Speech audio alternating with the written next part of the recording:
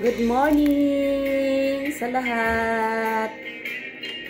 Kape tayo, kape. Kape. Kasama ko yung aking alaga. Ito si Skyler, yung aming... Ay! Sorry, girl. Sorry. Naipit po ang kamay mo. Naipit. Sorry. O, di ka nga dito. Ano tayo? Mag-flex tayo ng ating umagang kay ganda kasi maaraw ngayon. Panahon ng pwede maglaba, pwede magsampay. Hello, good morning. Magandang umaga, maayong buntag.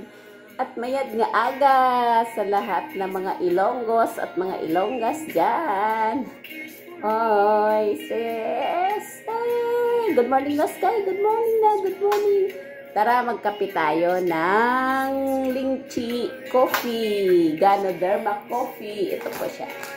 Ganoderma Coffee. Yan, cleansing coffee. Ito po yung coffee ko. Minsan nakatatlong coffee ako maghapon. Minsan 3, 4 pa. Basta cleansing coffee lang. Ganoderma. Mayroon siyang Ganoderma extra. Ang kanyang content ay Brazilian beans with Ganoderma extract. Kaya nawawala ang caffeine.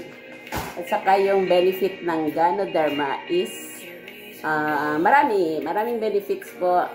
Kung isa-isahin natin is hahaba ang oras. Kaya na lang po magre-research. Saka sa ibang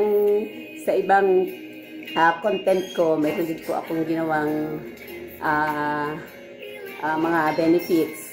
At saka bago ako nagtitake ako nito, meron na po itong nilagay ko na po yung 3 RG, 3 GL at saka 3 spirulina.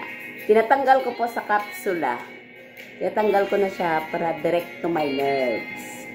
Yan po. Ganyan. Ito lang ang aking ginagawa tuwing umaga pagka gising, magkape, saka with saging saba. Hindi ko pa pala nakuha yung saging saba. Saging saba.